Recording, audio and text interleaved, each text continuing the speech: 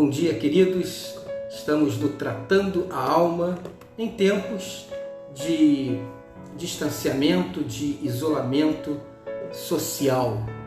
E nós temos falado sobre ansiedade. Se você perdeu o Tratando a Alma de ontem, vale a pena você ir lá no nosso canal de YouTube, IBJG-Oficial, ou aí mesmo no Instagram ou no Facebook.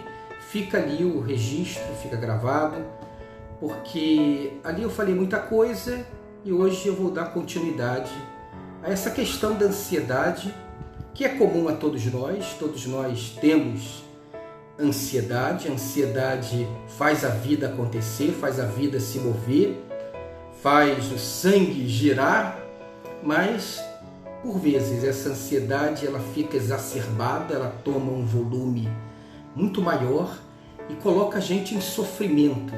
É o contexto da palavra transtorno. Existem pessoas que têm um traço de ansiedade, existem pessoas que têm um transtorno de ansiedade. O que significa isso, pastor? O traço de ansiedade é quando é uma característica sua, tem a ver com as suas identidades, tem a ver com a sua essência, tem a ver com o seu modo de lidar com a vida, com o seu modo de amar. Tem pessoas que são naturalmente ansiosas, mas essa ansiedade é algo que elas têm aprendido a conviver, às vezes se torna um pouco mais grave, depois alivia, ou seja, é um traço seu. Assim como existem pessoas que têm um traço um pouco depressivo, melancólico, outros que têm um traço, por exemplo, muito fantasioso, muito irrealista, outros são bem sistemáticos, quase que obsessivos, compulsivos. Traços. Isso é uma coisa. A outra coisa é quando essa ansiedade se torna um transtorno, ou seja, quando ela embaralha a sua vida, quando ela afeta o seu trabalho, afeta as suas relações de afeto, afeta a sua família, afeta os seus amores, e aí a coisa fica bem complicada, bem dura mesmo de se lidar, e aí temos aqueles episódios, de ansiedade bem aguda. Algumas pessoas têm palpitações, têm falta de ar, parece que vão morrer ali naquele momento. Outras pessoas não conseguem ordenar os pensamentos, têm a sensação de que vão enlouquecer. Ou seja, estão ali num pico de ansiedade, talvez enfrentando mesmo um transtorno de ansiedade que precisa ser tratado. E nós temos falado sobre isso. Vamos dar continuidade. Uma coisa interessante a respeito da ansiedade é que você, por mais que ande preocupado com as coisas, e o preocupado é alguém que se preocupa com algo que ainda não é presente, você, por mais que você se preocupe com tudo isso, a verdade é que você dificilmente vai conseguir mudar alguma coisa. Na verdade, isso é como uma fantasia, Você fica conturbado, você fica preocupado, mas o futuro ainda não é presente, o futuro ainda está por vir. Então, a sua preocupação exacerbada e desnecessária com esse mal eventual tira você de uma preocupação com o mal real de hoje, com a realidade de hoje, com os problemas de hoje, com as circunstâncias de hoje. Ou seja, você não tem como resolver o futuro, você tem o presente nas suas mãos. Por isso que Jesus diz lá no Sermão do Monte: basta cada dia o seu mal, ou o amanhã cuidará de si mesmo, ou o amanhã não nos pertence. É muito complicado isso, Porque a gente trabalha, a gente ama, a gente se estrutura para ter o controle das coisas, Não só o controle do presente, mas um controle quase que do futuro. E o futuro te tira de uma preocupação com a realidade de hoje, com aquilo que precisaria ter o teu foco de atenção hoje. Inclusive, nesse sentido, a ansiedade também vem como uma fuga. Entenda bem, muitas vezes a vida está difícil, está dura de você lidar, e aí então você meio que inconscientemente se projeta para o futuro e alimenta uma tensão que vai puxar toda a sua atenção, todo o seu envolvimento para algo que está além de você. E é uma forma de você fugir das dores do presente, dos conflitos do presente, uma forma inconsciente e, digamos, até honrosa, né? Onde você diz, eu não tenho como lidar com isso agora porque eu estou preocupado com aquilo que ainda há de vir. É interessante, né? Olha só o que Jesus fala sobre esse amanhã, sobre esse futuro, lá em Lucas capítulo 12. Lucas capítulo 12. Vamos ler esse versículo aqui. Ele é um versículo importante, né? Lucas 12, 25 e 26.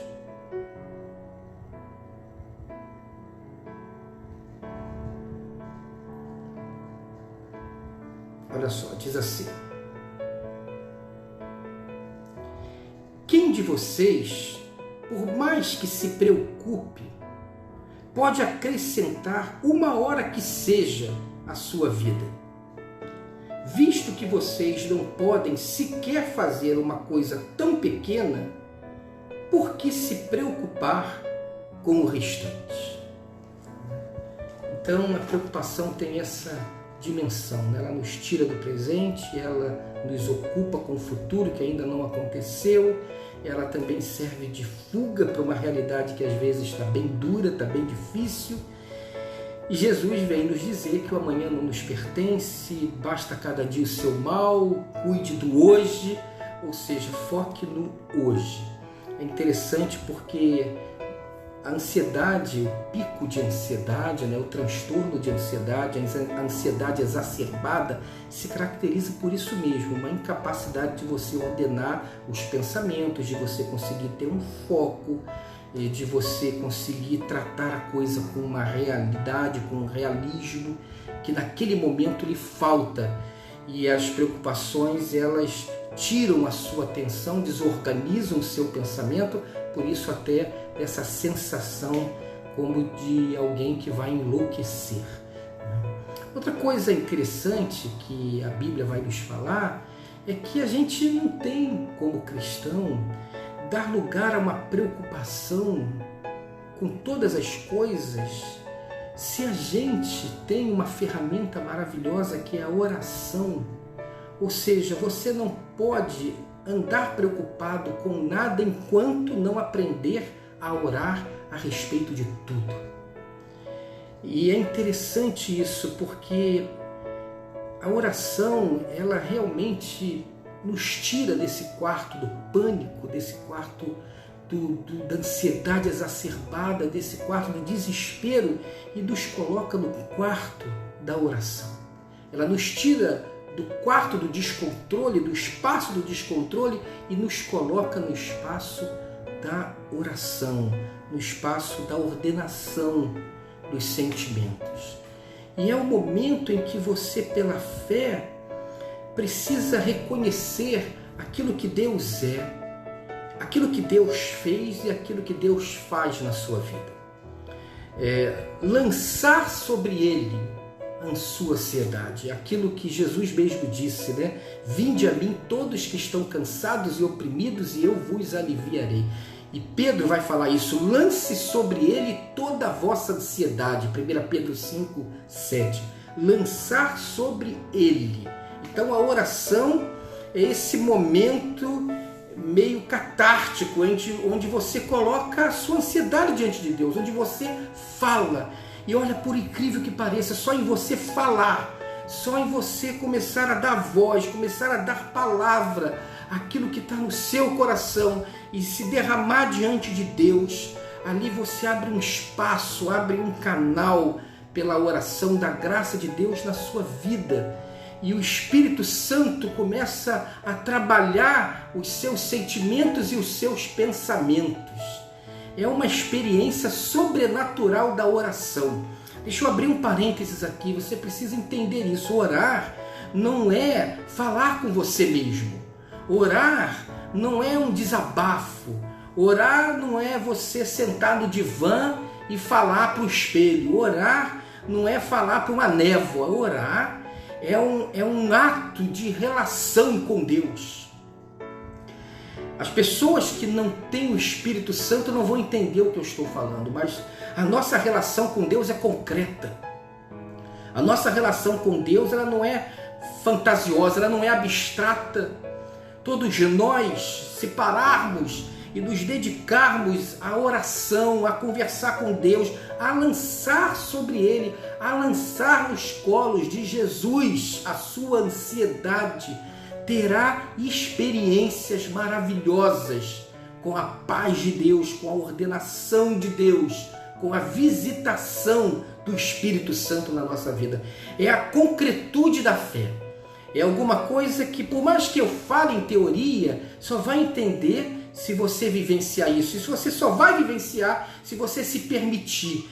Então, lance sobre ele. O apóstolo Paulo, lá em Filipenses 4, ele coloca uma espécie de roteiro. Ele diz assim: não estejais ansiosos por coisa alguma, mas em tudo coloque os seus pedidos a Deus com oração e súplica e ações de graças.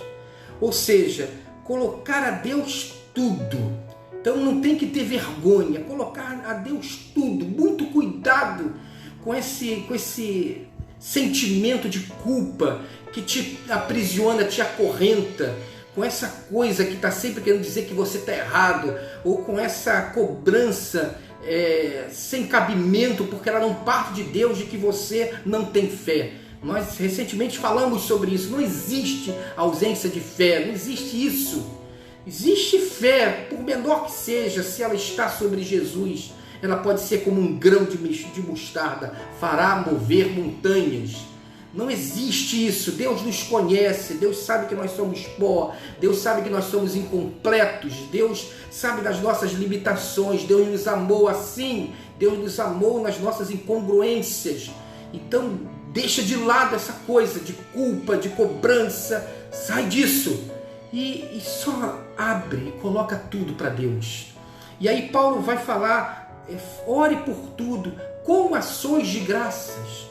Porque é importante você parar e por um momento trazer à sua mente quem é Deus, o que Deus já fez por você. Os diversos momentos de sua vida onde o Senhor lhe sustentou, onde o Senhor lhe amparou, onde o Senhor foi seu braço forte, onde o Senhor lhe libertou. E aí você está verbalizando, mas fale isso, fale. Olha, orar não é usar de palavras, como disse Jesus, frívolas, palavras decoradas, palavras que não traduzem a sua verdade. Deus não lida com mascarados. Fale. Orar não é repetir aquele formato de oração como se fosse um mantra, né? Só Senhor, Deus, Pai Todo-Poderoso, genuflexos em tua presença. Então não é nada disso. Orar é falar. Por isso do quarto fechado, sabe? Do quarto fechado, onde você chora, você abre a boca, você anda, você senta, você abre os olhos, fecha os olhos, você fica de joelho, você chora e você fala, e fala, e fala. E aí é importante falar: Senhor, eu sei quem o Senhor é, o que o Senhor fez na minha vida. E aí trazer à memória aquilo que Deus já fez por você. Começar a banhar de promessas, de esperança, da confiança em Deus, das suas experiências com Deus, o seu momento de ansiedade. Isso é muito importante. E aí o Paulo fala sobre a paz de Deus que excede a todo entendimento e que guarda o nosso coração e a nossa mente em Cristo, a paz que nos pacifica. Então isso é fundamental, esse momento de oração. É muito importante que você não só ore, mas creia na intercessão. Então, querido, no momento de crise de ansiedade é preciso partilhar. aquilo que Tiago fala, né? Eu preciso confessar os meus pecados para ser curado. Mas pastor, isso não é pecado. Pecado é tudo que nos consome por dentro. Pecado não é só o que você faz de errado.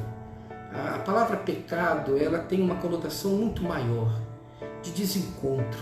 Então, diga assim: eu preciso falar para o outro do meu desencontro, do meu estar perdido, desse meu momento difícil, para ser curado. Falar com o outro.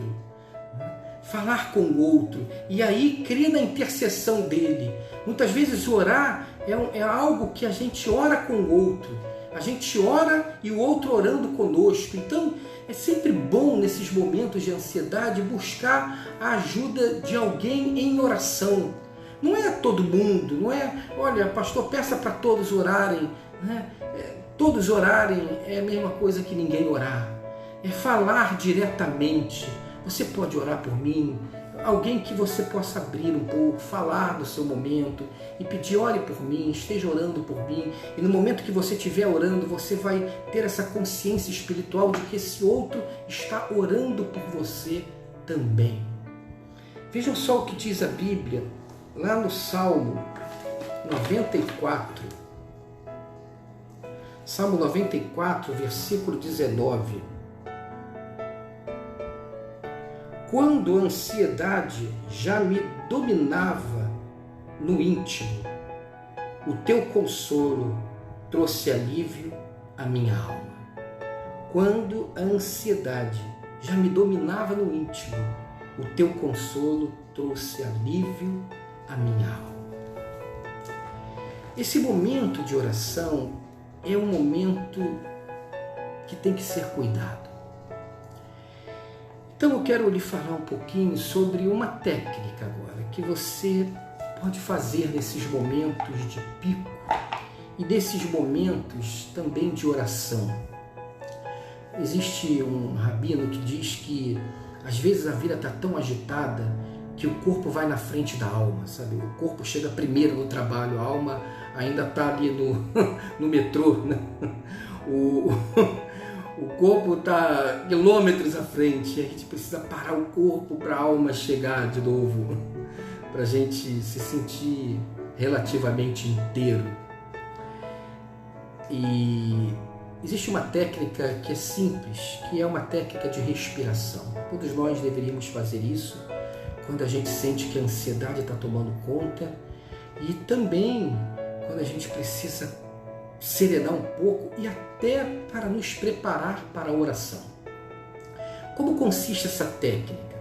É uma técnica que geralmente os psicólogos, os médicos ensinam. É você parar num lugar, sentar, fechar os seus olhos e aí eu quero pedir que você faça comigo. Respirar, você vai respirar. Então, primeiro você inspira,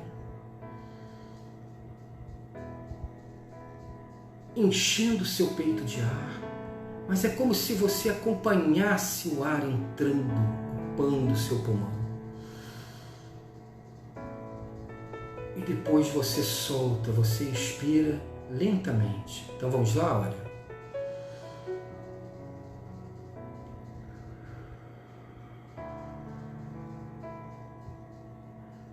Agora faça isso acompanhando o ar. Acompanhando o ar entrando dentro do seu pulmão e depois ele saindo. Faça isso agora, junto comigo. Vamos lá, vamos.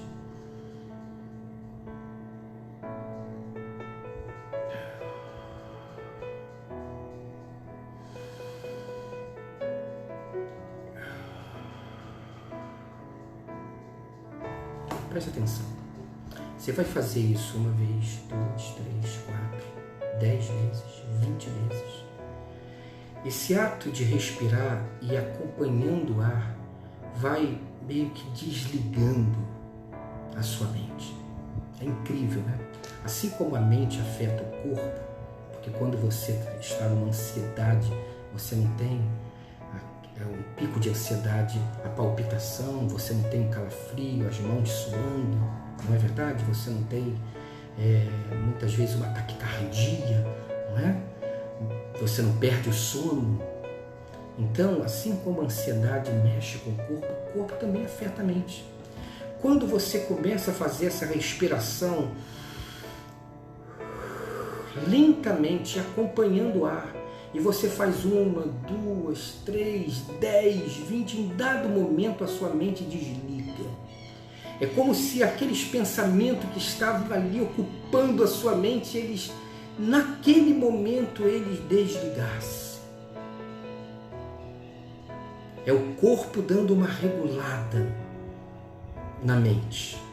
E ali, então, nesse momento, você, com esse controle, você ali, então, deitar, você ali, então, abrir um texto da Palavra de Deus e orar ao Senhor. Mas agora com a sua mente já um pouco desobstruída por essa prática de oração, de respiração. Então, é fundamental isso, você entender que o tratar a ansiedade envolve a oração, envolve o conversar com alguém, e envolve técnicas como essa da respiração, que faz com que o seu corpo desligue a mente para que você possa serenar e falar, e orar, e partilhar com Deus o seu momento mais difícil.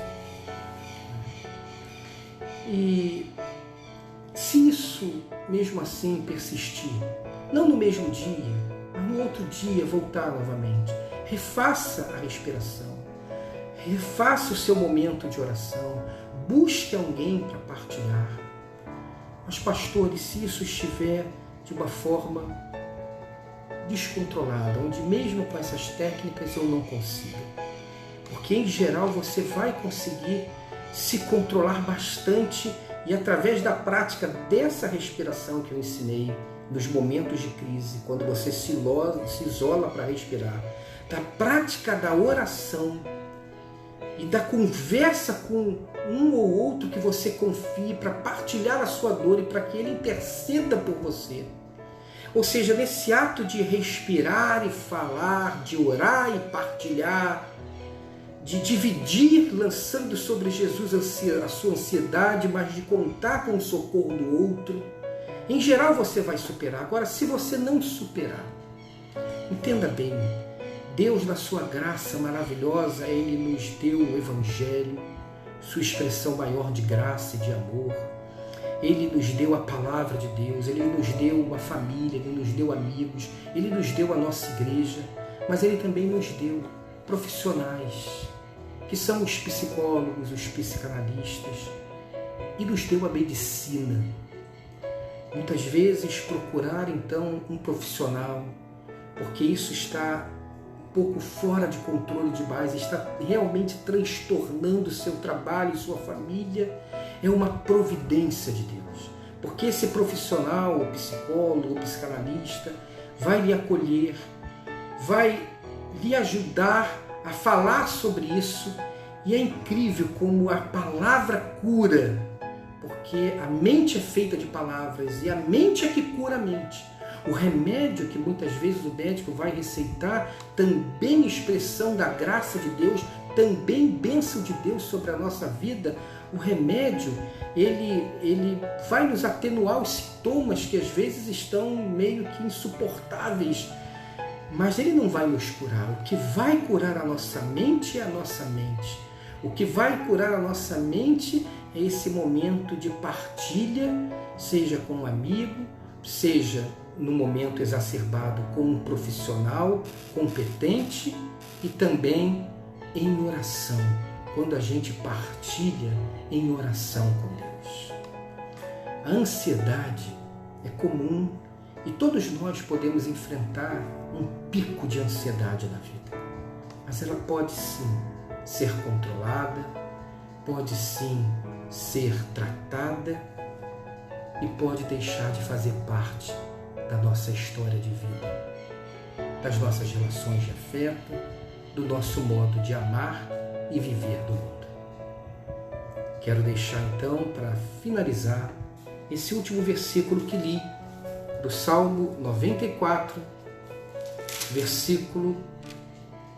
Salmo 94, versículo 19, que diz assim: quando a ansiedade já me dominava no íntimo, o teu consolo trouxe alívio à minha alma. Busque uma ajuda, busque um apoio, encare esses seus momentos difíceis com fé no coração, sabendo que Deus há de te abençoar e você há de superar essa dificuldade. Feche os seus olhos.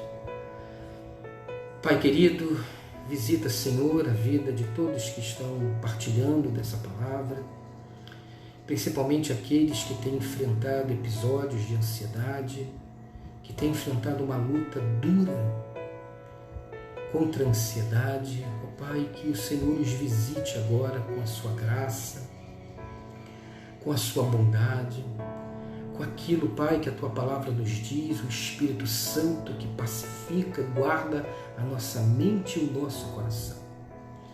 Que o Senhor dê a cada um desses também uma medida certa de ação, buscando uma ajuda, buscando partilhar com um amigo, buscando ao Senhor em oração e, Pai, muitas vezes buscando um auxílio médico, psicológico, um auxílio, Pai, que pedimos a Tua bênção.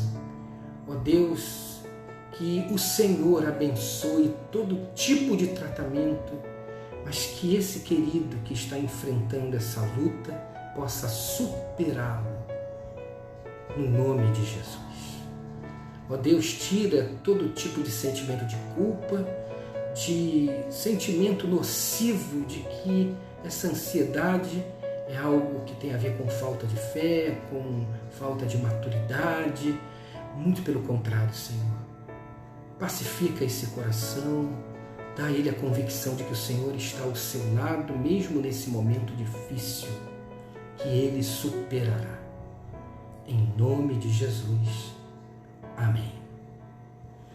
Um beijo no coração e até amanhã. Tchau, tchau.